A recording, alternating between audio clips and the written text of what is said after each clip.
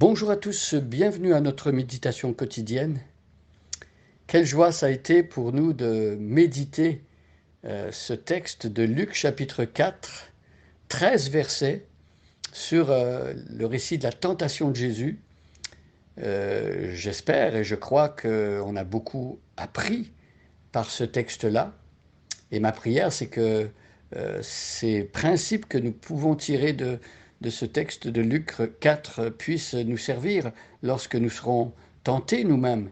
Parce que s'il faut lire que Jésus, qui est le Fils de Dieu, a été tenté, eh bien, ne croyons pas que nous soyons exempts de cela et nous pouvons être sûrs que nous-mêmes, nous serons tentés. Et le Seigneur Jésus lui-même a dit veillez et priez afin de ne pas tomber en tentation. Et il a dit l'esprit est bien disposé, mais la chair est faible. Et donc nous sommes vulnérables et nous avons besoin de nous préparer, nous avons besoin de connaître sa parole et de crier au Seigneur et demander son secours lorsque nous sommes en face d'une tentation. Je lis Luc chapitre 4, versets 1 à 13. Et aujourd'hui, nous allons regarder l'avant-dernier verset. Donc, nous allons terminer cette série demain. Mais pour aujourd'hui, alors, nous allons regarder le verset 12. Mais je vous propose d'abord de lire toute la péricope, comme nous avons l'habitude de faire. Et nous avons expliqué hier que la raison pour laquelle nous répétons et nous relisons tout le texte en entier, c'est que nous ne voulons pas courir la chance de prendre un texte hors contexte pour lui faire dire ce que nous voulons. Nous voulons avoir toute l'histoire en tête et prendre le texte dans son contexte. Donc je lis maintenant Luc chapitre 4, versets 1 à 13, et aujourd'hui nous nous arrêtons au verset 12. Je lis dans la version Louis II. Jésus, rempli du Saint-Esprit, revint du Jourdain et il fut conduit par l'Esprit dans le désert, où il fut tenté par le diable pendant 40 jours. Il ne mangea rien durant ces jours-là, et après qu'ils furent écoulés, il eut faim. Le diable lui dit, si tu es le Fils de Dieu, ordonne à cette pierre qu'elle devienne du pain. Jésus lui répondit, il est écrit, l'homme ne vivra pas de pain seulement. Le diable, l'ayant élevé, lui montra en un instant tous les royaumes de la terre, et lui dit, je te donnerai toute cette puissance et la gloire de ces royaumes, car elle m'a été donnée, et je la donne à celui à qui je veux. Si donc tu te prosternes devant moi, elle sera toute à toi. Jésus lui répondit, il est écrit, tu adoreras le Seigneur ton Dieu, et tu le serviras lui seul. Le diable le conduisit encore à Jérusalem, le plaça sur le haut du temple et lui dit, si tu es fils de Dieu, jette-toi d'ici en bas, car il est écrit, il donnera des ordres à ses anges à ton sujet, afin qu'ils te gardent. Et ils te porteront sur les mains, de peur que ton pied ne heurte contre une pierre. Jésus lui répondit, il est dit, tu ne tenteras point le Seigneur ton Dieu. Après l'avoir tenté de toutes ces manières, le diable s'éloigna de lui jusqu'à un moment favorable jusqu'ici.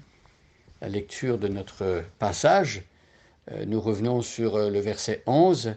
Jésus qui avait, ou plutôt le verset 11, nous avons vu que le diable avait cité un verset de la Bible, encore une fois, mais d'une mauvaise manière, et il avait détourné le vrai sens de ce texte-là pour tenter Jésus, pour que Jésus, en fait, fasse ce qui n'est pas bien, en fait, ce qui aurait été comme une sorte de folie. Et le verset 12, hier, le verset 11 plutôt, nous montre que Jésus écoute ces versets bibliques, mais il sait déjà que ce sont des versets qui sont mal appliqués. Donc aujourd'hui, verset 12, nous lisons, Jésus lui répondit, il est dit. Jésus répond au diable. Jésus ne laisse pas le diable lui dire toutes sortes de choses sans réagir. À chaque fois, il répond et nous avons appris par les lettres de Paul pardon, que la parole de Dieu, c'est l'épée de l'esprit. C'est une arme offensive. Et nous utilisons la parole de Dieu pour surmonter les attaques du diable.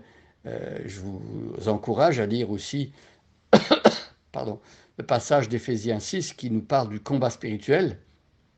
et de toutes les armes que le Seigneur a mises à notre disposition, hein, le casque qu'on met sur la tête et qui protège nos pensées, le bouclier de la foi, etc., etc. Et donc ici, on voit que Jésus, il utilise la parole de Dieu pour justement défaire et pour contrecarrer les attaques de l'ennemi. Donc Jésus répondit, « Tu ne tenteras point le Seigneur ton Dieu. » Donc l'idée de ne pas tenter le Seigneur Dieu. Pardon. Dans d'autres traductions, il est question de ne pas forcer la main du Seigneur ton Dieu. Alors, on comprend peut-être un petit peu mieux ce que Jésus a en tête ici. Forcer la main du Seigneur, obliger le Seigneur à faire un miracle, à utiliser une puissance surnaturelle pour nous sortir d'une situation où nous n'aurions jamais dû nous trouver parce que nous avons agi par folie, d'une manière insensée. Donc voilà le sens ici que Jésus donne et répond encore une fois au diable de cette manière. Et quand il présente le Seigneur son Dieu, il dit qu'il est Seigneur, donc Kurios. Et Jésus dit que Dieu, que Yahweh, c'est son Dieu. Donc Jésus a une relation personnelle avec Dieu. On le voit quand tôt le matin, tard le soir, parfois toute la nuit, il passe du temps à parler. Il est dans l'intimité de son Père. Et c'est un grand mystère pour nous. Jésus qui est le Fils de Dieu, qui est de la même nature que Dieu, se faisant homme, il a besoin de prier, il a besoin de passer du temps avec Dieu dans son intimité. À combien plus forte raison, nous qui sommes des pécheurs, avons-nous besoin également de passer du temps dans l'intimité avec Dieu, apprendre à le connaître et que l'on puisse dire, nous également, comme Jésus, que le Seigneur est notre Dieu.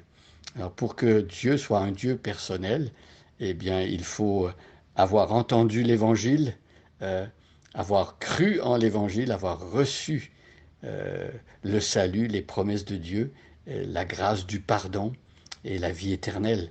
Et c'est ce que Dieu nous donne aujourd'hui. Donc ici, au verset 12, Jésus va avoir la victoire une fois de plus. C'est la troisième tentation, la dernière, et Jésus a vaincu haut la main. Il n'a fallu qu'une parole. Et à chaque fois, Jésus ne passe pas des heures et des heures à argumenter avec le diable. Vous vous souvenez, hein?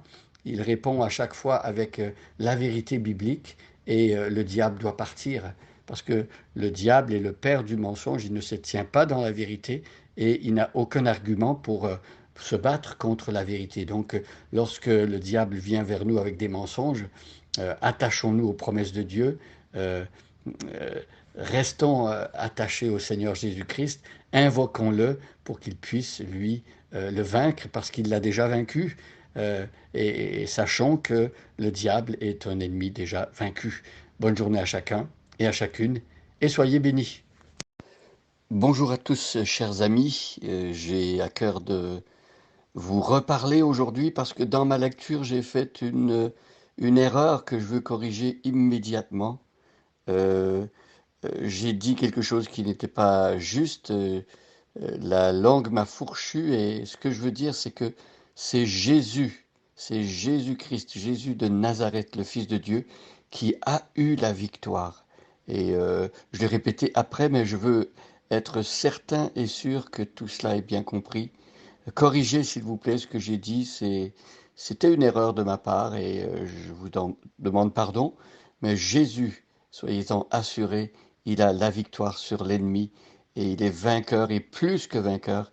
Et en lui, nous sommes également plus que vainqueurs. Donc, passez un bon dimanche et soyez richement bénis. À bientôt. Au revoir.